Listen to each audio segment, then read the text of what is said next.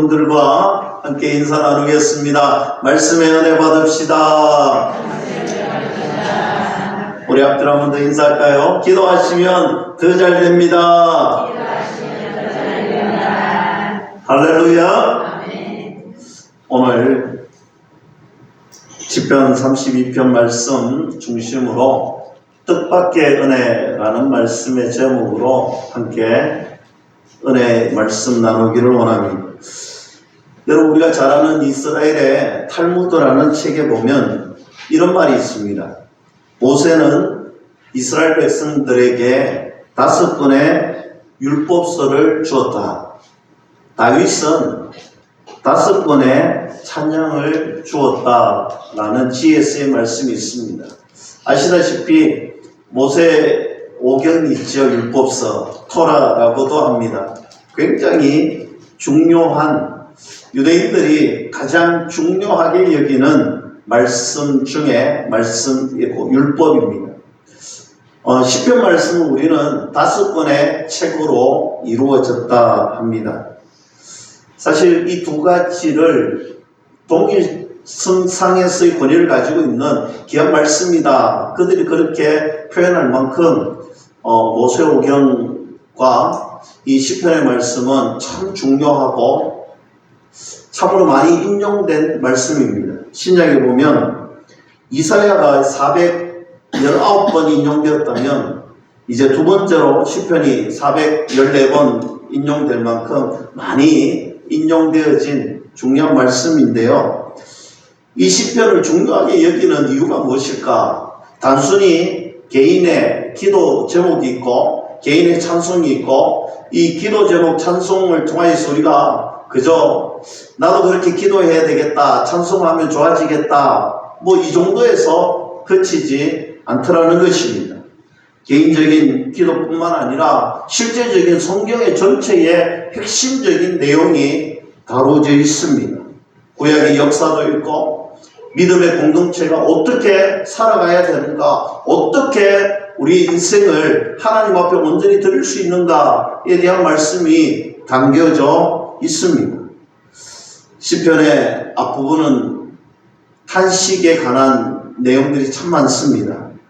적들과의 그런 상황 속에서 구원에 대한 그 탄식 소리가 있었다면 뒤로 가면 갈수록 감사가 넘치고 감사의 찬양이 고개를 많이 들고 있습니다. 그래서 시편 150편은 할렐루야라고 시작을 하지요. 전능자이시고 창조자이시고 만왕의 왕이신 하나님은 진짜 우리의 찬송 받으시기에 합당하신 분이다 라고 결론을 짓습니다. 그러면 오늘 시편 32편은 어떤 내용일까? 제가 2024년도에는 주제설교를 한 9년 동안 강연설교만 하다가 한 해 동안 주제설교를 했는데 오늘 한번 이 시편 32편의 강의 내용들을 한번 살펴보려고 합니다. 오늘은 평소와 다르게 이 말씀을 딱 펴놓으시고 저와 함께 이 말씀을 통하여서 함께 은혜 받기를 원합니다. 32편 표제 위에 보면 제목이라고도 하죠. 다윗의 마스길이라고 표대 이렇게 적혀져 있습니다. 이게 무엇인가? 당시의 시대적인 배경, 역사적인 상황, 이런 것들을 위에 딱 표시해 놓는데 다윗의 마스길이라는 것은 다윗의 교훈, 다윗의 가르침이다 라는 제목입니다. 그래서 오늘 본문 8절 말씀에 보면 이 32편의 성격이 무엇인지 정확하게 말씀하시는데 내가 너의 갈 길을 가르쳐 보이고 너를 주목하여 훈계하리로다 하고 있습니다. 오늘 이 시편은 우리에게 무언가를 가르쳐주고 무언가를 훈계하는 그런 말씀이라는 거예요. 여러분, 오늘 본문 32편은요 회개, 참회, 용서에 관한 그런 말씀을 다루고 있습니다. 또 나아가서 감사로 기결되는 은혜의 말씀이기도 합니다. 오늘 죄로부터 구원받은 믿음의 자녀들의 찬송과 참회와 감사가 있다라는 것입니다. 1절 말씀 봅니다. 허물의 사함을 받고 자신의 죄가 가려진 자는 복이 있도다 라고 고백합니다.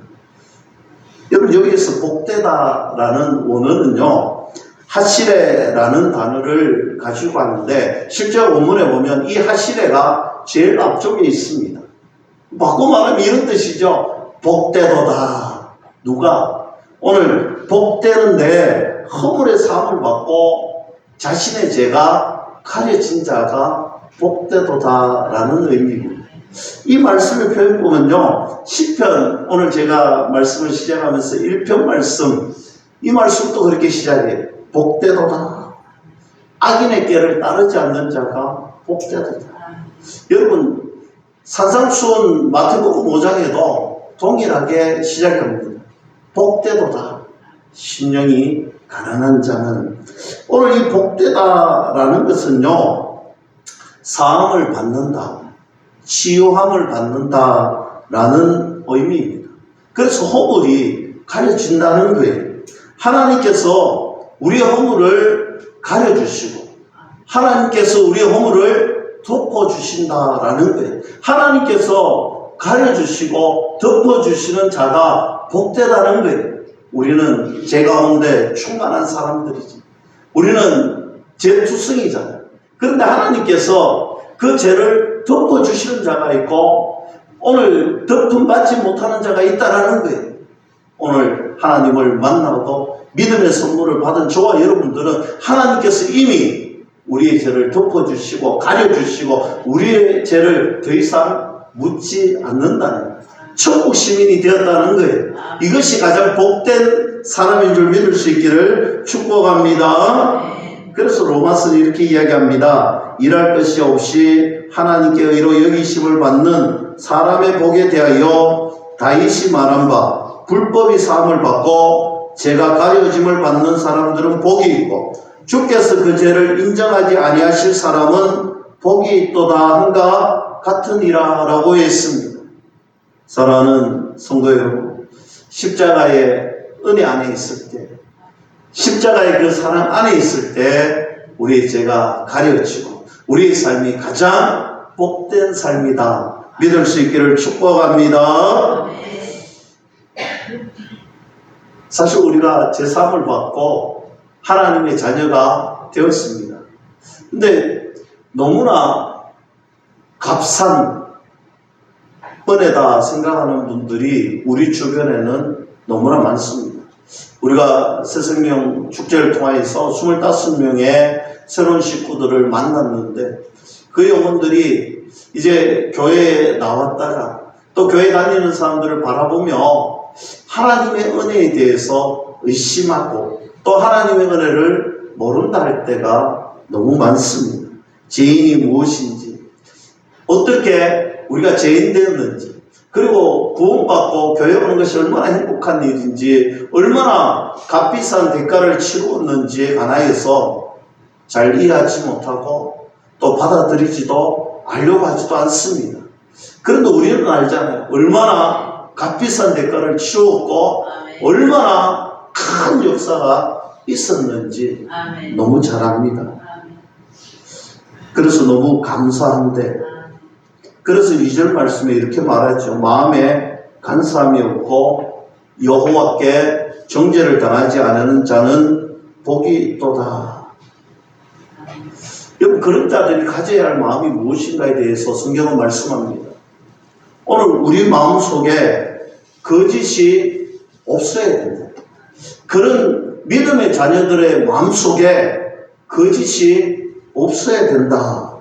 여러분, 이 마음, 누하으라는 이 마음의 단어는요, 창세기에 하나님께서 저와 여러분들을 창조하시고 다른 동물들과 전혀 다르게 그 코에 생기를 부어주셨다. 그 생명, 생기, 생명, 오늘 숨, 몸, 힘, 이런 기 등을 의미하는 단어입니다. 그래서 여러분, 한마디로 거짓이 없는데 어떤 거짓이 없어야 되느냐? 내 마음도, 내 정신도, 내 행동도 하나같이 똑같이 거짓된 것이 없어야 된다는 거예요.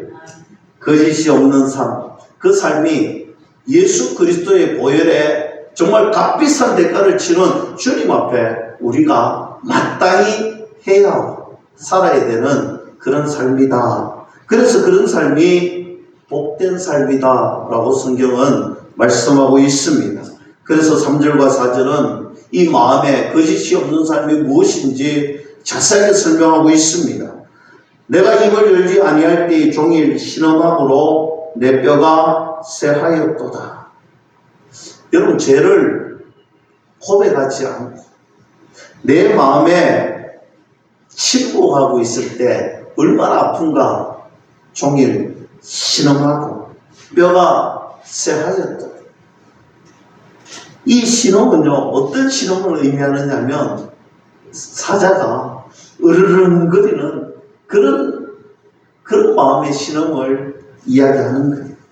뼈가 삭는 그런 마음으로 산다는 것입니다. 여러분, 우리가 죄가 있는데도 하나님 앞에 고백하지 못할 때, 하나님 앞에 그것을 드리지 못할 때 얼마나 마음이 아픈가 하면 마치 사자가 으르렁거릴 것처럼 내 가슴이 찢어지고 내 마음이, 내 뼈가 다 녹아내릴 것 같은 그런 아픔이 찾아온다는 것입니다.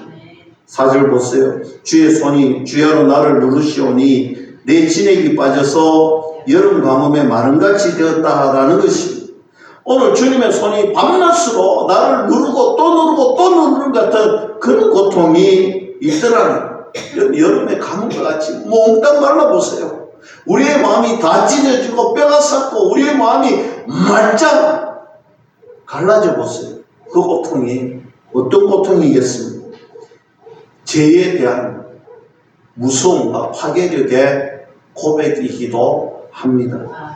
여러분, 우리가 믿음을 가지고 신앙을 가졌다. 우리가 하나님의 말씀을 붙들고 하나님의 자녀답게 살아가려고 예수로 노력하는 사람이다. 이 고백을 하면서 우리가 날마다 살아가잖아요. 그러면 오늘 이 시편의 저자와 같이 우리도 죄에 대해서 이런 민감한 반응이 있어야 된다는 거예요. 내 속에 죄가 들어올 때 내가 무의식적으로 짓는 죄라고 할지라도 정말 내 가슴이 이 죄에 대해서 작은 것에서부터 내 뼈가 녹아내릴 듯이 정말 감으로서 메마른 땅같이 내 마음이 갈라지는 정말 속에서 천불이 나는 그런 죄에 대한 아픔이 우리에게 있어야 된다는 것입니다. 우리는 실상으로 양심에 화인 맞은 자처럼 살아갈 때가 얼마나 많습니까? 우리가 연약해서 그렇습니다. 부족해서 그렇습니다. 우리가 시험이 오고 문제가 생기고 어려움이 닥칠 때마다 넘어질 때가 얼마나 많습니까? 그런데 그것을 당연히 여기면 안 된다는 거예요. 그것이 마치 습관처럼 지나가면 안 된다는 거예요. 우리에게 어려움이 올 수도 있고 문제가 올 수도 있고 우리에게 아픔이 찾아올 수도 있지만 그 죄 때문에 이루어지는 것이라면 내 가슴이 찢어질 듯이 비록 내가 그 죄를 지었지만 비록 내가 그것을 행하였지만 내 가슴이 찢어질 듯이 거기에 대해서 아파하고 거기에 대해서 주님 앞에 고백하며 내 마음을 드릴 수 있는 그런 신실한 고백이 있어야 된다는 것입니다. 우리의 마음과 정신이 그래야 거짓이 없는 삶이라는 것입니다. 그래서 저는 우리 모든 믿음의 식구들이 참으로 영적으로 예민했으면 좋겠어요. 주의 음성을 듣고 주의 말씀을 묵상하고 주님을 향한 거룩한 열정들이 회복되어지고 작은 것이라도 주님 앞에 내어놓으면 주님이 그저 가려주실 줄로 믿습니다. 그 은혜 위에 우리가 다 정말 몇 시간 몇 분초가 주를 위해서 살아가는 정말 처절한 전투의 영적 전투의 시간들이 되어서 정말 주님이 보시기에 부름의 상급을 쫓아가는 저와 여러분들의 올바른 삶이 될 수 있기를 주님의 이름으로 간절히 축복합니다. 5절 말씀 봅니다. 내가 이르기를 내 허물을 여호와께 자백하리라 하고 주께 내 죄를 아뢰고 내 죄악을 숨기지 아니하였더니 곧 주께서 내 죄악을 사하셨나이다.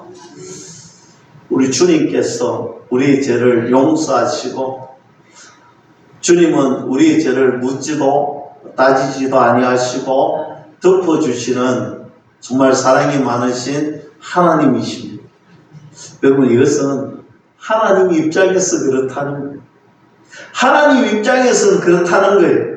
그런데 저와 여러분들의 입장에서는 그러면 안 되겠지요. 우리는요, 죄의 깊이를 깨달아야 돼요. 죄의 무게를 우리가 가지고 있어야 됩니다. 죄가 주는 부끄러움도 우리는 알아야 되는 것입니다. 견디다 못해 주님 앞에 고백하는 그런 영혼이 아니라 진짜 죄가 얼마나 무겁고 진짜 죄가 우리에게 다가오는 그 무게감, 깊이감을 주님 앞에 진실로 고백할 수 있어야 됩니다. 오늘 본문 말씀에 곧이라는 이 히브리어는 보았다라는 것인데, 그런데 주님은 이라는 의미입니다. 오늘 조심스럽게 어쩔 수 없이 이제는 할 수 없어가 주님 앞에 내 죄를 고백할 수밖에 없었는데, 그런데 주님은 무거운 죄책감과 큰 두려움으로 주님 앞에 섰는데, 뜻밖의, 여러분 오늘 그런 마음으로 주님 앞에 섰는데 주님은 뜻밖의 은혜를 부어주시다라는 것입니다. 나는 너무 아프고, 나는 주님 앞에 정말 얼굴을 들 수 없는 그런 두려움으로 주님 앞에 나와서 주님 앞에 고백하는데, 우리 주님은 묻지도 따지지도 아니하시고 뜻밖의, 내 생각과는 너무나 다르게 뜻밖의 은혜를 주신다라는 것입니다. 이것이 바로 죄의 용서함이고 저와 여러분들을 향하신 하나님의 사랑인 줄 믿을 수 있기를 축복합니다. 그래야 우리에게 기쁨이 되는 거예요. 그래야 우리에게 선물이 되는 거예요. 우리는 주님 앞에 나 자신도, 우리 가정도, 우리 교회도 작은 죄라도 숨기지 않는 그런 교회가 되고 그런 가정이 되고 그런 저와 여러분들이 될 수 있기를 축복합니다. 여러분, 어두운 것을 가지고 어두운 것에 그대로 있으면요, 도무지 어둠이 가려지지 않습니다. 더 이상 보이지 않고 캄캄합니다. 그리고 여러분, 아무리 어두워도요, 저 빛 가운데 가면요, 그 어둠은 순식간에 사라지는 거예요. 우리가 아무리 검은 죄를 지고 있다 할지라도 주님 앞에 고백만 하면 그 어둠은 이제 밝음의 빛으로 바뀌게 되는 것입니다. 그래서 오늘 이 4절, 5절 말씀이 가장 클라이막스 같은 그런 이제 고백인 거예요. 그래서 셀라라는 단어가 뒤에 있잖아요.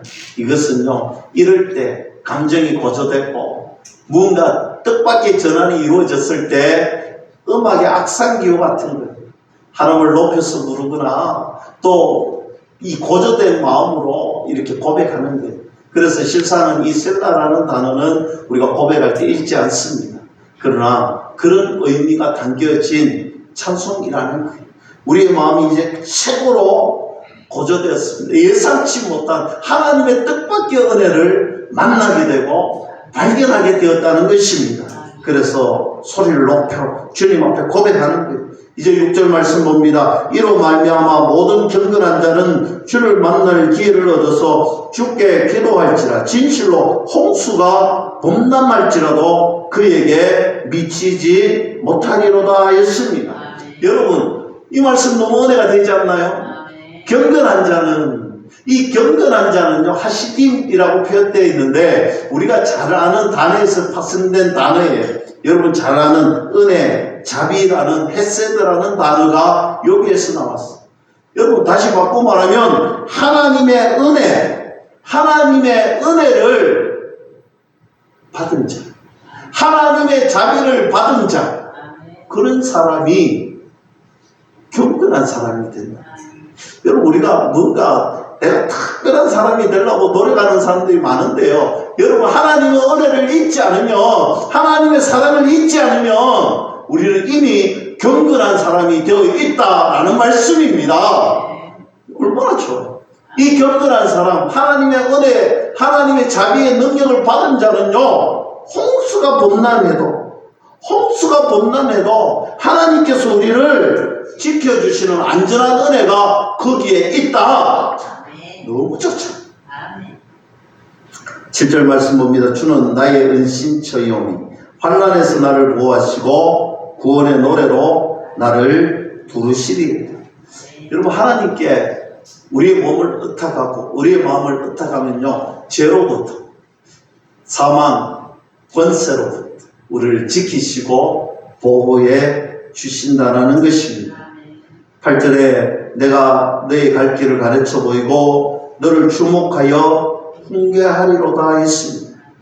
이제 죄를 고백하고 숨기지 않는 그 영혼, 경건한 사람, 하나님의 은혜를 받은 자, 내가 가르치고 교훈하는데 하나님의 말씀으로 교훈하고 하나님의 말씀으로 가르치고 하나님의 말씀이 우리의 길을 인도하시나, 마치 내비게이션의 길을 안내하는 것처럼 하나님께서 우리가 걸어가야 할 길, 우리가 살아야 할 행동, 모든 것을 가르쳐 주신다는 것입니다. 그럼 바른 것이 무엇이고 옳은 것이 무엇인지 우리가 깨달아야 되잖아요. 그것은 바로 너도 가서 다시는 죄짓지 말라라는 예수님의 음성의 말씀입니다.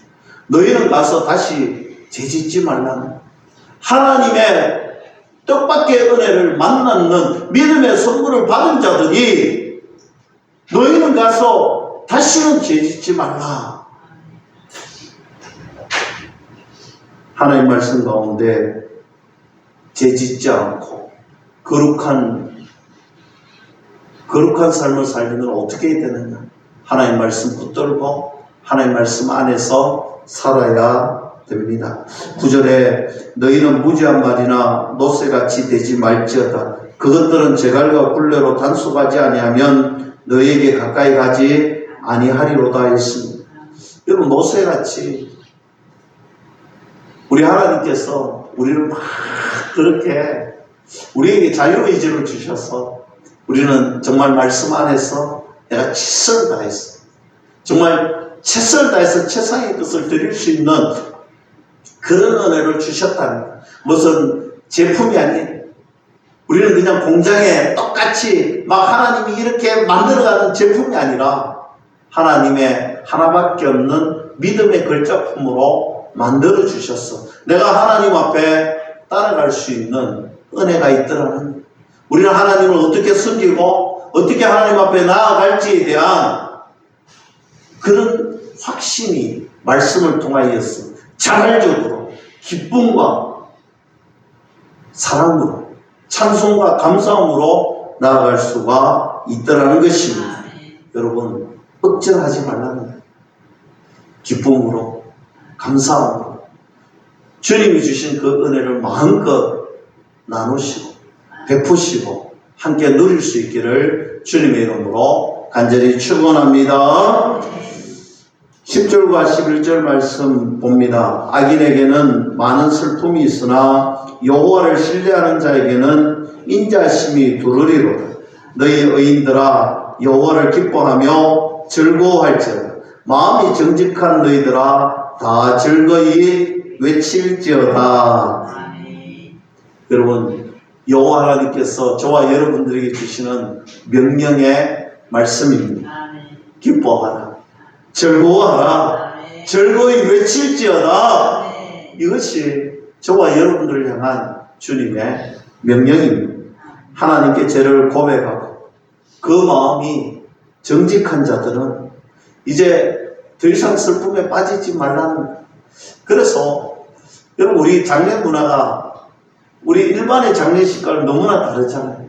우리가 육신의 헤어짐은 슬프나 그러나 다시 만날 영원한 삶이 보장되어 있어서 우리는 기쁨으로 보내드릴 수 있는 거예요. 기쁨으로 찬송하며 다시 만날 그 기쁨이, 소망이 있기에 다른 사람들과 다르다는 거예요. 물론 육신의 그런 아픔이 있죠. 마음의 슬픔도 있죠. 그러나 그 아픔과 슬픔은요, 잠시 잠깐이지만 우리에게 영원한 기쁨과 만남의 복이 있다라는 거예요. 그렇다면 우리 가까이 있는 내 가족, 내 지인 다시 만나지 못한다라는 그런 슬픔이 있잖아요. 비록 지금 나와 함께하고 있지만 예수님을 믿지 못하고 예수님을 만나지 못하고 예수님을 주라고 고백하지 못한다면 영원한 헤어짐이 있는데, 여러분, 우리가 새생명 축제를 통하여서도 열심히 하니까 억지로라도 교회에 넣어잖아요. 여러분, 우리가 하나님의 명 따라서 우리는 초청하면, 우리가 알리기만 하면 그 다음은 우리 주님께서 찾아가 주시고 만나 주시고 그리고 그 마음의 믿음을 선물로 주실 줄로 믿을 수 있기를 축복합니다. 2024년도에도 우리가 태신자를 작정하고 우리가 최선을 다했듯이 2025년도에는 우리가 더 많은 태신자를 가슴 속에 작정을 하고 우리의 씨를 뿌리고 기도하고 그리고 열매 맺는 결실의 계절이 다가올 때 우리가 주님 앞에 참 충성된 종이라고 칭찬받는 그런 은혜가 있기를 축복합니다. 말씀을 맺습니다. 사랑하는 성도 여러분, 시편 32편 말씀을 통하여서 죄의 고통으로부터 구원받은 자의 그런 고백이 어떤가 함께 말씀을 나누었습니다. 참회가 있고 감사가 넘쳤지요. 죄를 고백할 때 우리의 죄를 치워주시고 덮어주시는 하나님의 은혜와 사랑이 있습니다. 그러나 우리는 우리의 죄가 얼마나 무거운지, 얼마나 무서운지, 얼마나 깊이가 있는지, 얼마나 전념성이 있는지 또한 우리 가슴 속에 새겨야 할 것입니다. 주님께서 우리의 죄를 덮어주시고 사하여 주신 대가는 저 십자가의 보혈의 공로에 있다는 사실도 기억하시고 우리의 일상의 삶이 아무렇지도 않고 습관적으로 죄를 짓는 그런 어리석은 사람이 아니 되기를, 정말 죄의 무게가 얼마나 깊은지 얼마나 넓은지, 그래서 하나님의 은혜가, 그 십자가의 은혜가 얼마나 큰지도 다시 한 번 더 기억할 수 있기를 간절히 소망합니다. 분명히 기억해야 할 것은 예수님의 십자가는, 예수님의 그 보혈의 능력은 이미 우리를 영원한 생명의 길로 인도해 주시는 완성된 구원의 은혜다 믿을 수 있기를 축복합니다. 그런데 우리 죄의 대가는 너무 컸습니다. 그가 찔리고 그가 조롱을 받고 그가 고통을 당하고 그가 십자가에서 피를 흘리기까지 엘리 엘리 라마 사박다, 그 고통의 고백을 끝까지 순종하셨던 주님, 그 보혈의 대가를 기억하고 잊지 않고 매 시간 매 분초마다 경건한 사람, 은혜 받은 자답게 그렇게 살아가는 저와 여러분들이 다 되었어.